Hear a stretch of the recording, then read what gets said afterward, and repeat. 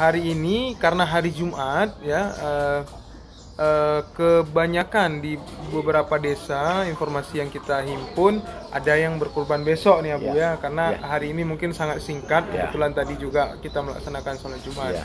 Nah untuk besok itu kan akan melakukan kurban. Jadi sebenarnya sebelumnya juga kita informasikan bahwa pemerintah Aceh juga bersama MPU telah mengeluarkan tausiah kepada masyarakat bagaimana tata cara berkurban di masa pandemi ini. Karena bagaimanapun saudara Lon, saat ini hari ini juga untuk informasi ada penambahan kasus di Aceh itu sebanyak 103 kasus. Ini jumlah yang sangat signifikan dalam beberapa hari ini Abu. Mudah-mudahan semakin berkurang ya, kita berharap. Nah, bagaimana tata cara berkurban yang sudah ada tausiahnya dari MPU ini khusus bagi yang akan berkurban besok? Ya, baik. Karena kita melihat bahwa tahun ini Allah mentakdirkan kita bahwa hari raya Idul Adha ini pada hari Jumat. Itu sesuai dengan rumus apa yang telah disampaikan oleh Rasulullah SAW. Rumusnya adalah hari apa kita memulai puasa, maka hari itulah akan kita berhari raya Idul Adha. Nah, kebetulan kita hari itu berpuasa hari Jumat. Nah, maka berhari raya Idul Adha pastinya Jumat juga. Ini rumus yang sudah ditinggalkan oleh Rasulullah SAW kan. Jadi makanya kita dari Majelis Permusyawaratan Ulama Aceh itu menghimbau kepada masyarakat kalau daerah-daerah tempat-tempat yang semangat berkurbannya sudah besar. Jadi ada 5 ekor, di atas 5 lah. Kan? Jadi ini kita himbau, kita mengajak agar pelaksanaan kurban ini jangan dilaksanakan tadi pagi.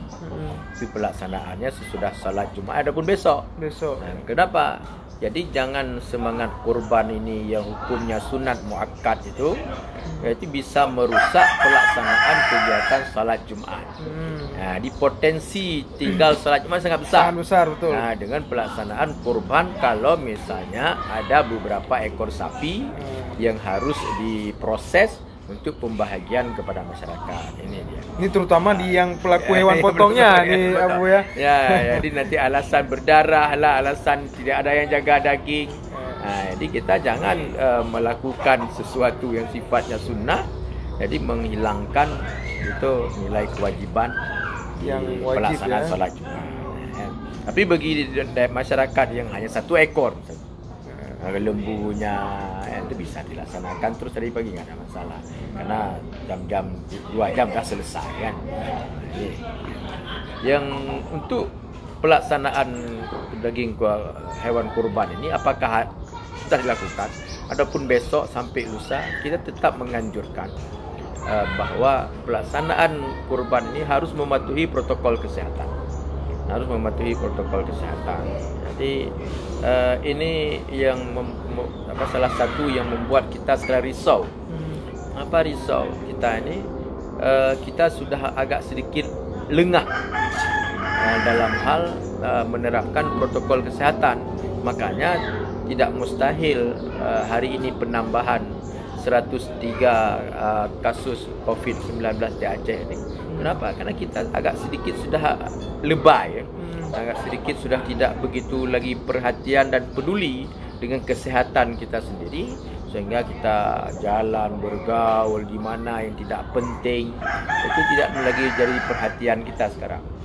Dan kalau ini yang terus kita lakukan, masyarakat tidak patuh untuk ini, masyarakat tidak hati-hati untuk ini, bukan dalam arti kita tidak menerima apa yang telah ditentukan bahwa seseorang itu akan sakit, tidak. Itu tetap harus kita terima. Tapi sebagai manusia harus berupaya agar melakukan langkah-langkah yang bisa mempersempit penularan COVID-19 ini.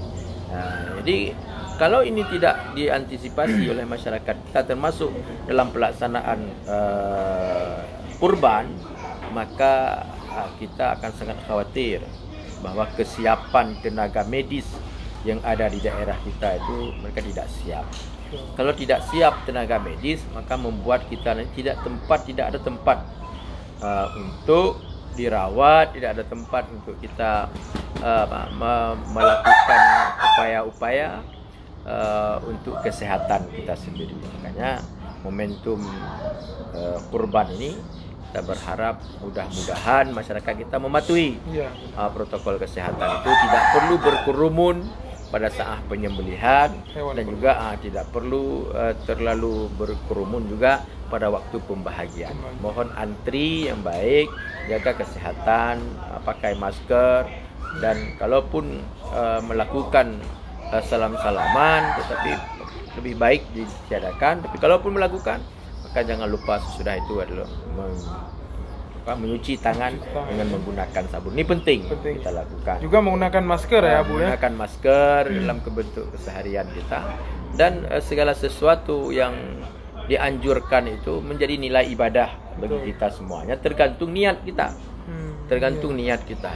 Jadi kalau kita niat itu sesuatu yang baik, maka Allah akan menjadikan ibadah walaupun hanya sekedar menggunakan masker ini.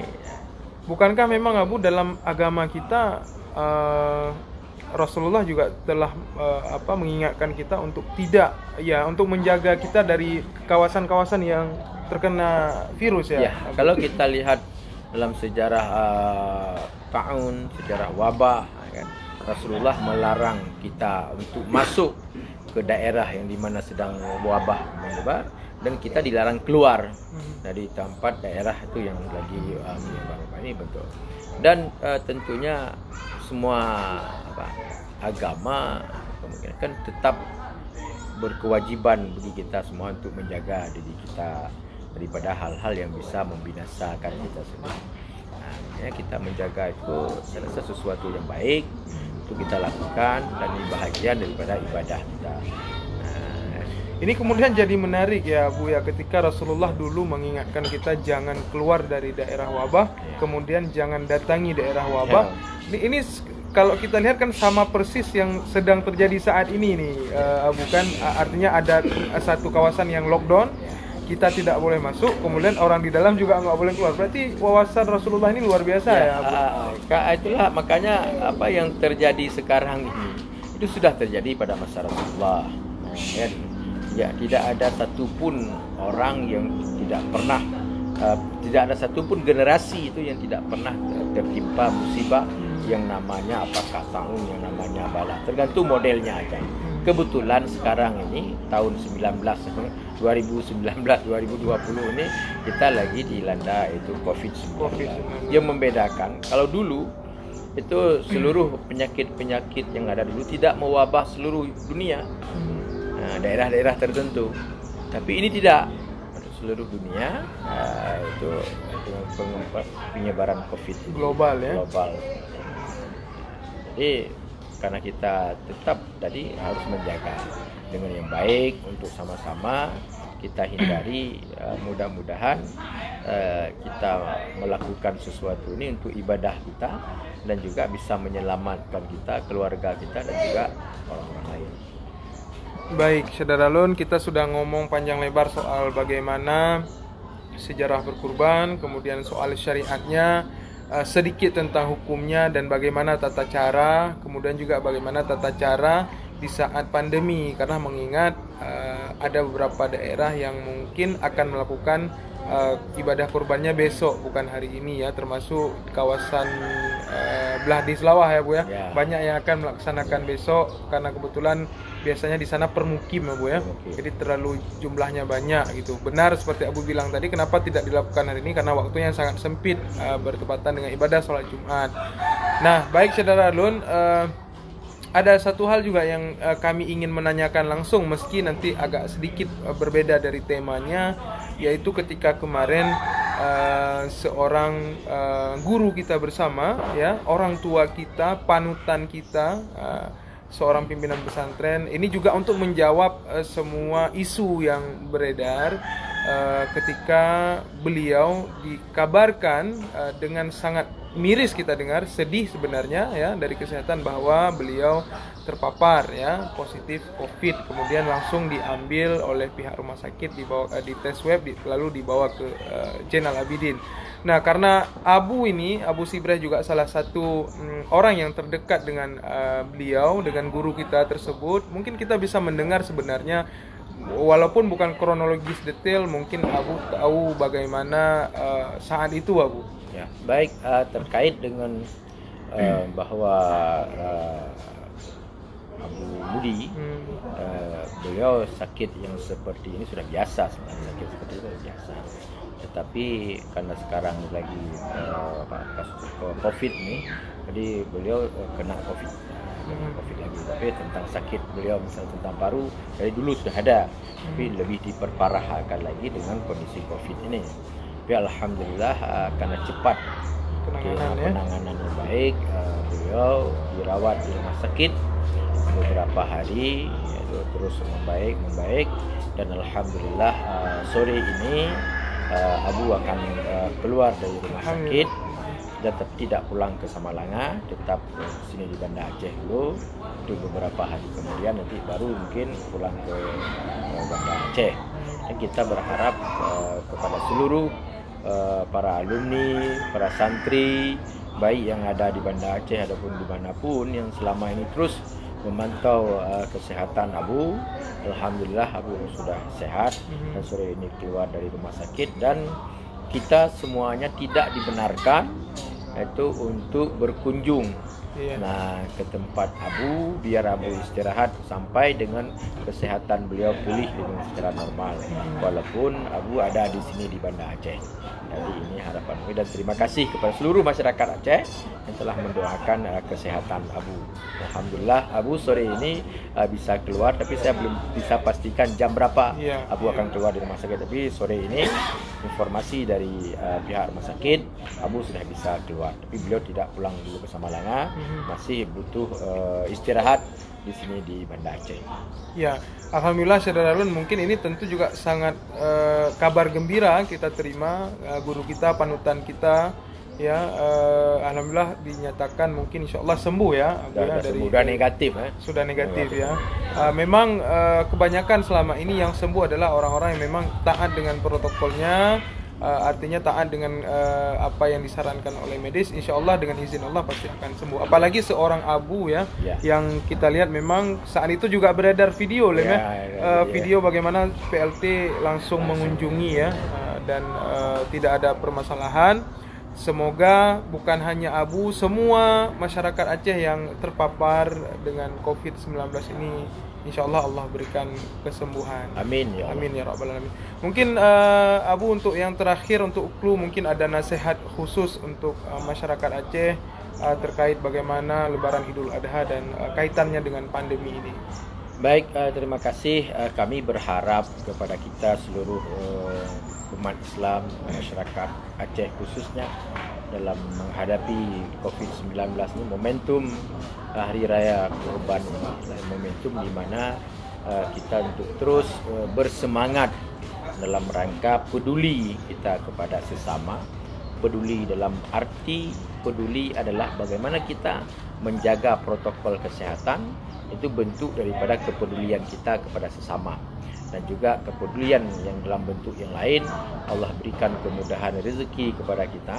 Mari sama-sama untuk kita lakukan kurban, dan sedikit daripada harta kita, bahagian daripada upaya kita mendekatkan diri kepada Allah Subhanahu wa taala. Dan dengan kedekatan dan ketaatan kita kepada Allah, maka pandemik COVID-19 ini kita mohon supaya cepat berlalu di Indonesia kita ini, di seluruh dunia, sehingga kita bisa beraktivitas yang normal seperti biasa, dan kita bisa bersilaturahim seperti biasa. Tapi yang paling inti untuk konteks sekarang adalah patuhi protokol kesehatan dan upayakan sedekat mungkin kita kepada Allah Subhanahu wa taala, memperbanyak doa tolak bala, dan jangan pernah lupa yaitu membaca kunut nazilah di setiap pelaksanaan salat fardu. Baik, Saudara Lun, kita sudah sampai sekitar 30 menit ya bersama Abu Sibreh atau bersama Alim Faisal. Kita tadi sudah mengupas singkat soal kurban, kemudian syariatnya, soal hukumnya, hingga persoalan COVID. Tentunya video ini yang tidak sempat melihat langsung bisa diakses kembali di fanpage serambinews.com di Facebook, dan video ini juga akan dibagikan di Serambi TV ya, bisa di akun YouTube Serambi TV Aceh. Saya jurnalis harian Serambi Indonesia Sumurdani undur diri, dan terima kasih untuk Abu Sibrah yang telah meluangkan waktunya untuk berbincang sedikit untuk Serambi. Terima kasih Abu. Assalamualaikum warahmatullahi wabarakatuh.